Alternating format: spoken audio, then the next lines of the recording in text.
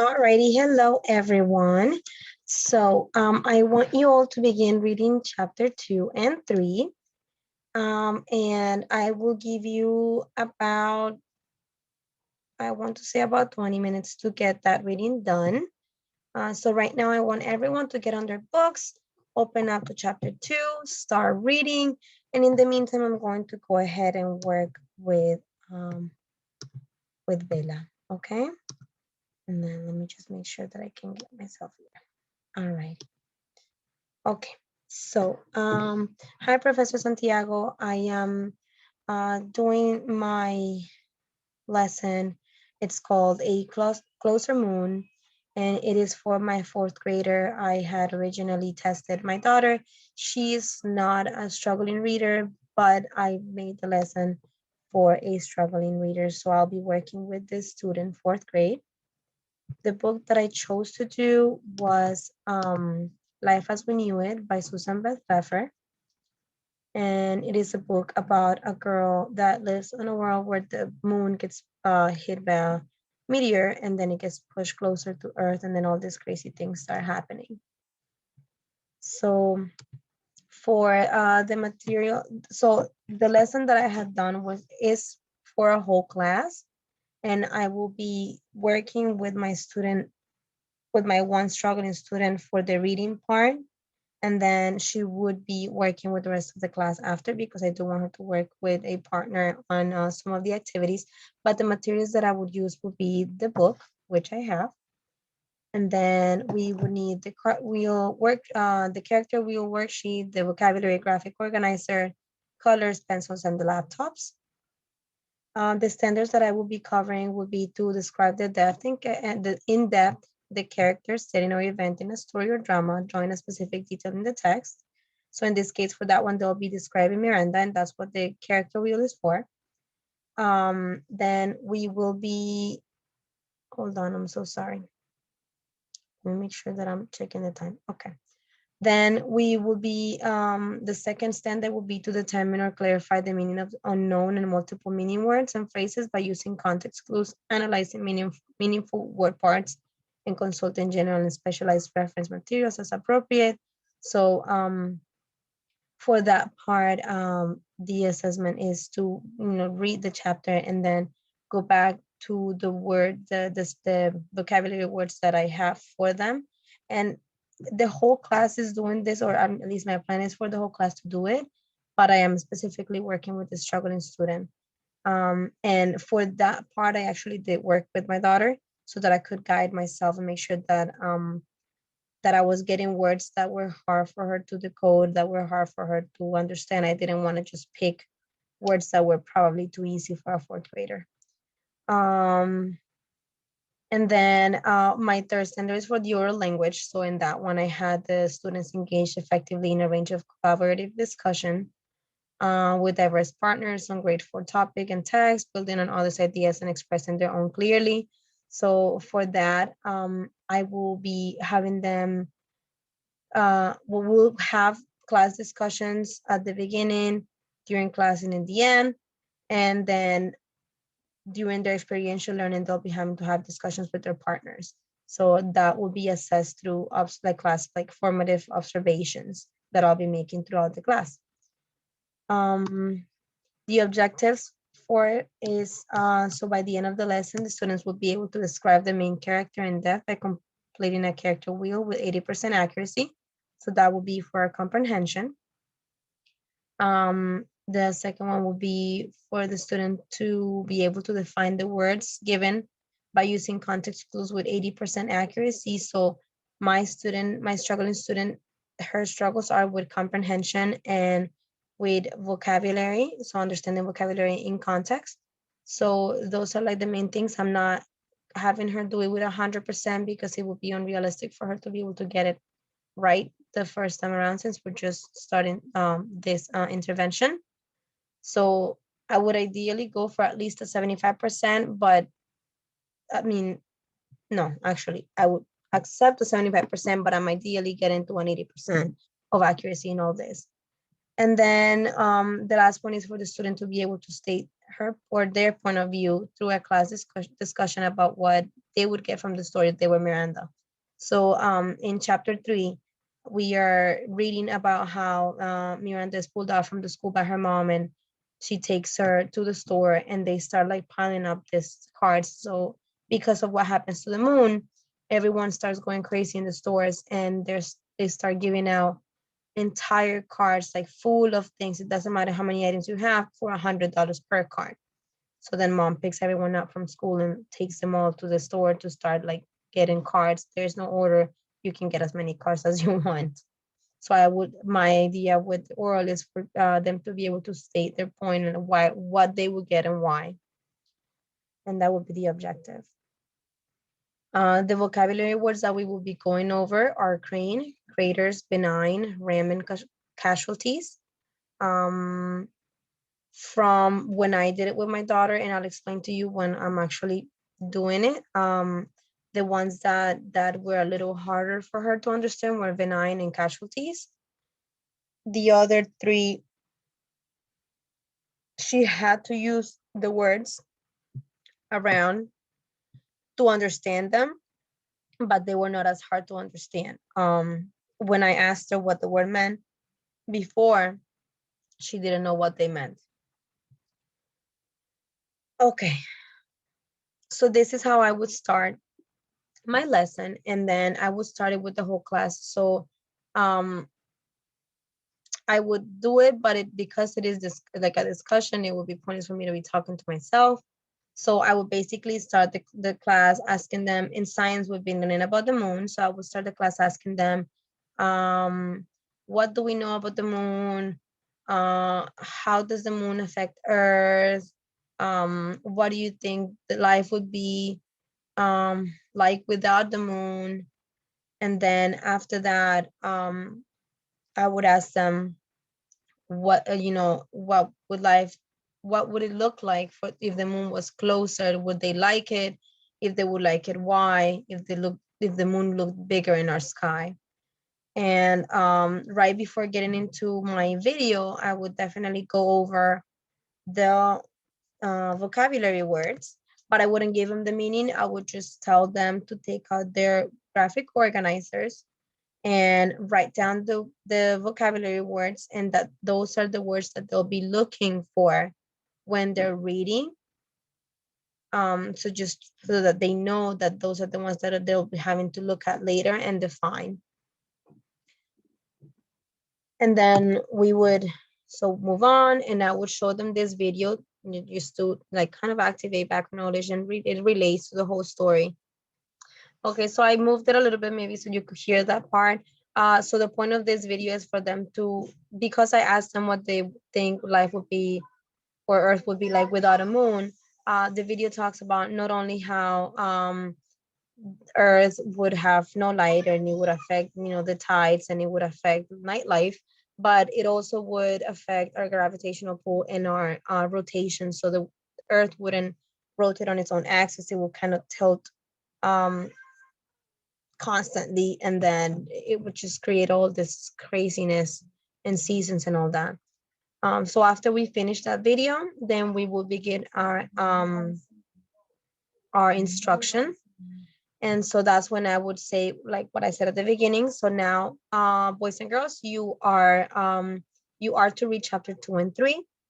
And I'll give you about 20 minutes to read chapter 2 and 3. And I'm going to go ahead and work with Isabella in the meantime. And then that's the part that I'm going to do right now. So basically be rotating on sorry. Let me just make sure that I move on to our the next side one. like Uranus. Okay, here. So then I'll go ahead and read for the 3 minutes. So now I'm going to my instructional part. Okay, Bella. So we started reading this book last week. We are now in chapter 2. We're going to go ahead and start reading. And I want you to pay close attention, because we are going to be looking for our vocabulary words. After we're done with our reading, we'll go back to the vocabulary words and where we found them. And I'll be asking you questions about what you think the words mean, okay? So then I'll go ahead and begin. I'll time myself right now for 3 minutes. When I got closer to 9:30, things got really quiet. You could sense how we were all craning our necks, looking toward the sky. Johnny was at the telescope, and he was the first one who shouted that the asteroid was coming. He could see it in the night sky, and then we all could. The biggest shooting star you could imagine. It was a lot smaller than the moon, but bigger than anything else I'd ever seen in the sky. It looked like it was blazing, and we all cheered when we saw it. For a moment, I thought about all the people throughout history who saw Halley's Comet and didn't know what it was, just that it was there and frightening and awe-inspiring. For the briefest flick of a second, I could have been a 16-year-old in the Middle Ages looking up at the sky, marveling at its mysteries, or an Aztec, or an Apache. For that tiny instant, I was every 16-year-old in history, not knowing what the skies foretold about my future. And then it hit. Even though we knew it was going to, we were still shocked when the asteroid actually made contact with the moon, with our moon. At that second, I think we all realized that it was our moon. And if it was attacked, then we were all attacked. Or maybe nobody thought that. I know most of the people on the road cheered, but then we all stopped cheering, and a woman a few houses down screamed, and then a man screamed, "Oh my God!" And people were yelling, "What? What?" Like one of us knew the answer. I know all those astronomers I'd watched an hour earlier on CNN can explain just what happened and how and why, and they'll be explaining on CNN tonight and tomorrow, and I guess until the next big story happens. I know I can explain because I don't really know what happened, and I sure don't know why. But the moon wasn't half a moon anymore. It was tilted and wrong and a three-quarter moon, and it got larger, way larger, larger like a moon rising on the horizon, only it wasn't rising. It was smack in the middle of the sky, way too big, way too visible. You could see details on the craters, even without the binoculars that before I'd seen with Matt's telescope. It wasn't like a big chunk of it flew into off into space. It wasn't like we could hear the sound of the impact or even that the asteroid hit the moon dead center. It was if you're playing marbles and one marble hits another on its side and pushes it diagonally. It was still our moon and it was still just a big dead rock in the sky, but it wasn't benign anymore. It was terrifying, and you could feel the panic swell all around us. Some people raced to their cars and started speeding away. Others began praying or weeping. One household began singing the Star Spangled Banner. I'm going to call Matt, Mom said, like that was the most natural thing in the world to do. Finish the paragraph. Come on in, kids. We'll see what CNN has to say about all this. Mom, is the world coming to an end? Johnny asked, picking up the plate of cookies and ramming one into his mouth. No, it isn't, Mom said, folding her lawn chair and carrying it to the front of the house. And yes, you do have to go to school tomorrow. We laughed at that. I'd been wondering the same thing. Okay, so I will finish chapter 2 and chapter 3. They're a bit long, so I would probably pause every page to ask what's going on. So for example, like for this part that we just finished, I would just go ahead and ask, okay, so Isabella, how did Miranda feel after she saw the asteroid hit the moon? Um, how were all her neighbors? How did they all behave? Like what was happening? Were they happy at the beginning? Were they sad? And then I would wait for her response and then keep on asking questions according to what she would be answering to me. Then we will go back. So then I will tell her, okay, Melita, so now that we have finished, let's go back to page 18. And we're gonna go ahead and go over the first vocabulary word. So on the text, it said, you could sense how we were all craning our necks, looking toward the sky. What do you think the word crane means according to the text?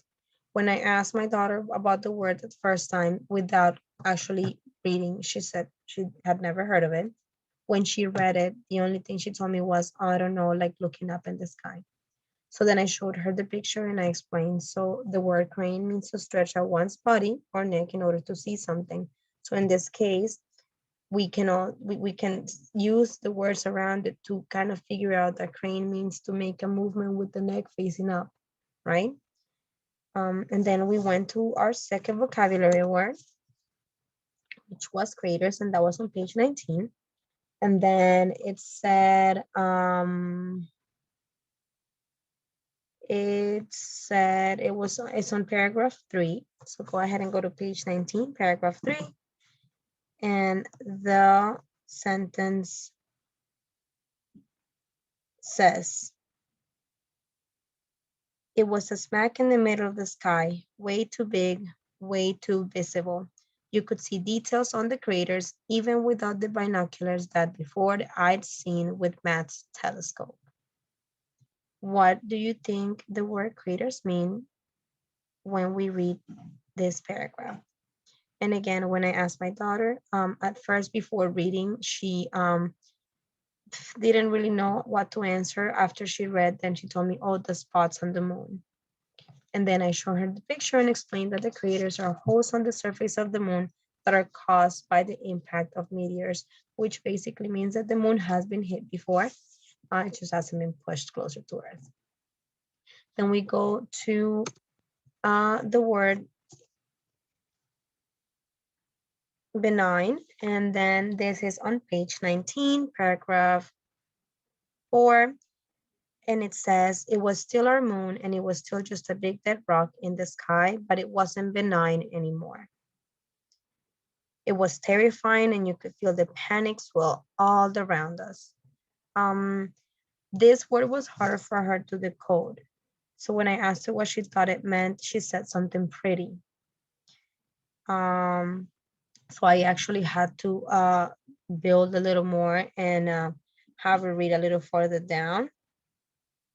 And then she said that there was something that wasn't good. So then at that point is when I stepped in and I said, that's right. So something benign generally means something good. So it's something that is harmless. And then I brought up the PowerPoint and I showed her the word. Then we moved on to the next vocabulary word, which is RAM. And then for that one, we went to page 20, paragraph 2, and it said, Johnny asked, picking up the plate of cookies and ramming one into his mouth. And when I said that and I asked her what that word meant, she instantly said, oh, like putting something in her mouth like this. And then I thought it was funny because I had actually looked at a picture similar to that. So then I brought up the page and I told her, yes, it's basically, so, and then she used the word shoving. So she said, ramming means like shoving something into your mouth. And then I brought up the slide and I said, yeah, basically it's to put something like to force something like roughly into your, into place, in this case, into your mouth, because that's what we're talking about. And our last vocabulary word was on page 20, I want to say page 25, paragraph 1. This was the other word that really gave her a hard time. So the way I read it to her when we went back to it was, so I'll read up from here. New York City has suffered massive damage, the anchor said. Staten Island and the eastern section of Long Island are completely submerged. Cape Cod, Nantucket, and Martha's Vineyard are no longer visible. Providence, Rhode Island, in fact, most of Rhode Island can no longer be seen. The islands of the coast of the Carolinas are gone. Miami and Fort Lauderdale are being battered. There seems to be no letting up. We've now had confirmation of massive flooding in New Haven and Atlantic City. Casualties on the eastern seaboard are believed to be in the hundreds of thousands. Naturally, it is far too early to tell if that number is excessive. We can only pray that it is. So at first, when I asked what she thought the word casualties meant, she had to read a couple of times the same sentence over and over. And then that's when I realized that reading that sentence alone wasn't working out. So I had her go back all the way to the beginning of the paragraph at New York City. And I stopped at the word submerged. And I asked her what she thought submerged was. And then she told me, like, something under. So then I explained submerged. In this case, it meant that, the city was underwater. And then we connected that to no longer visible and flooding and gone. And by the time we connected all those little like context clues of that entire paragraph, she was able to tell me, oh, so it means like there's people gone, or like there's dead people. So then that's when I came in and I said, yes. So casualties, it means a number of people or things that are injured, lost, or destroyed, in this case, dead. And that's how we went over our vocabulary words. And then after going over our vocabulary words, we would talk, sorry, let me check the time real quick. We would talk about, okay, so we would talk about how Miranda felt. So I actually asked Isabella. So after we read chapter 2 and 3, how did Miranda feel when the moon was struck by the asteroid? And then how did all her neighbors react? How did she feel when she wasn't able to get in contact with her dad and her brother Matt? Because after they actually went into the house and they started getting a little bit of news report finally. When they went back in, they couldn't get a hold, they couldn't get TV, so they tried to make calls and they couldn't make any calls. So how was Miranda feeling throughout that whole situation? And so I will have that discussion with her. And then after that, I would have her go back to her seat and actually have the same discussion with the entire class.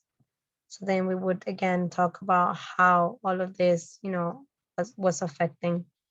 And then so that would be the part here, how she felt. And then my last question to her and to all of them, but this would be more like as an entire class, would be, what would they have gotten from the store if they were Miranda? So at the end of chapter 3, like I think I have mentioned, that mom takes them to the store, they get some stuff. So what would they have gotten if they were her?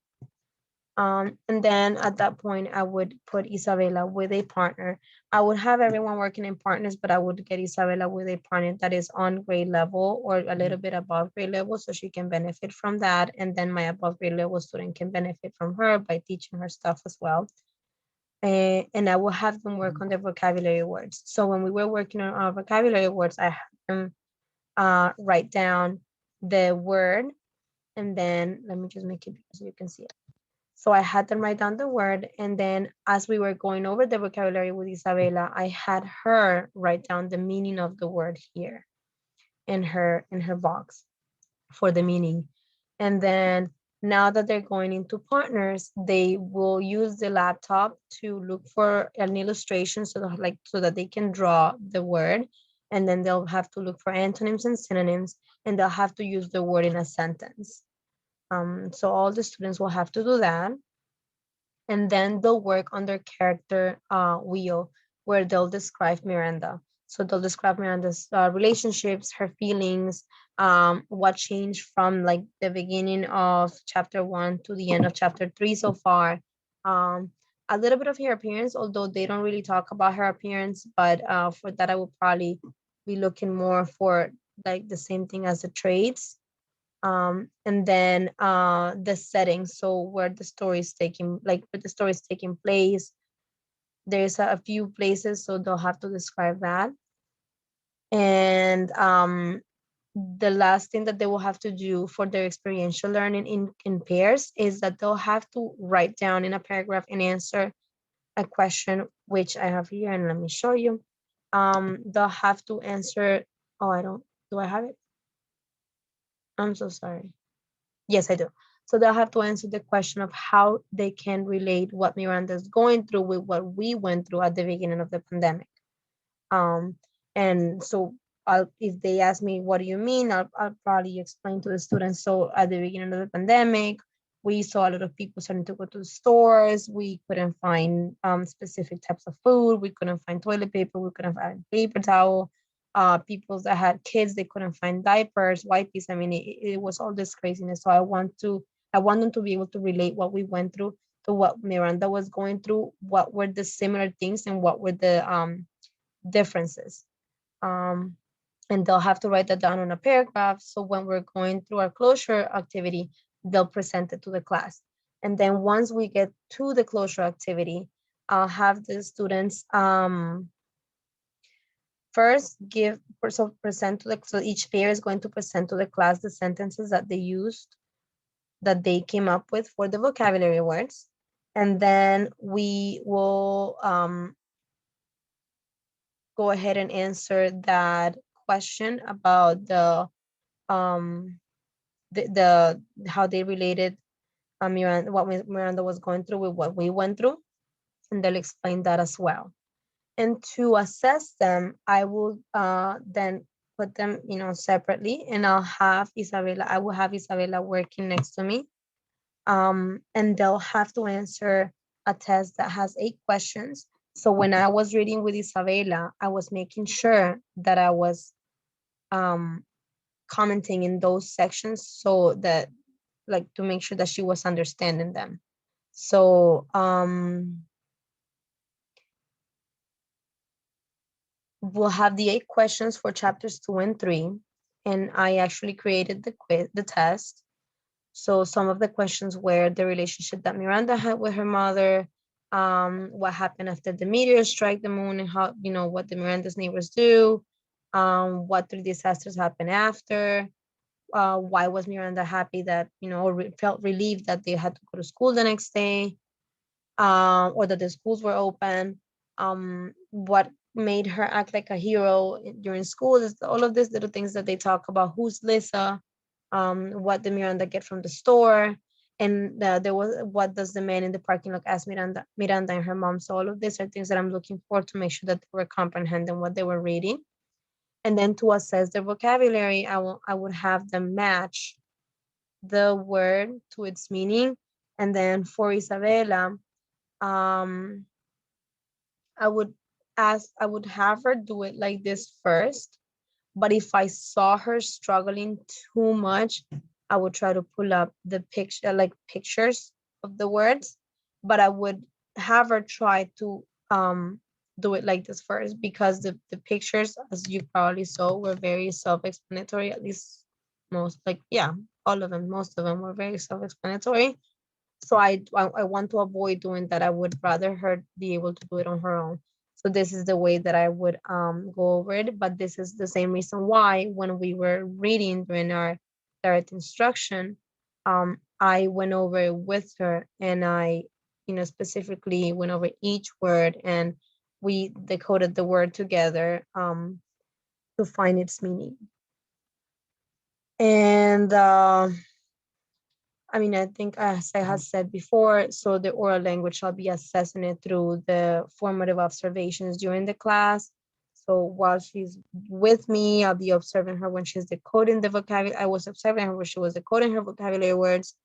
And then once she's with her partner, I'll be observing the entire class to make sure that they are all on task, that they're understanding. I'll drop by the groups and ask questions about Miranda and ask questions about the vocabulary words, make sure that they actually all understood the words, that they're writing a sentence that relates to the meaning of the word. And that will be pretty much it. So I hope that I actually recorded this right. It was a little confusing because I wasn't sure how to record it. I know that we were supposed to record our instruction part, but my instruction part definitely required for the student to be there. So I hope I was able to explain it to you. So yeah, that was it. Thank you, Professor Santiago.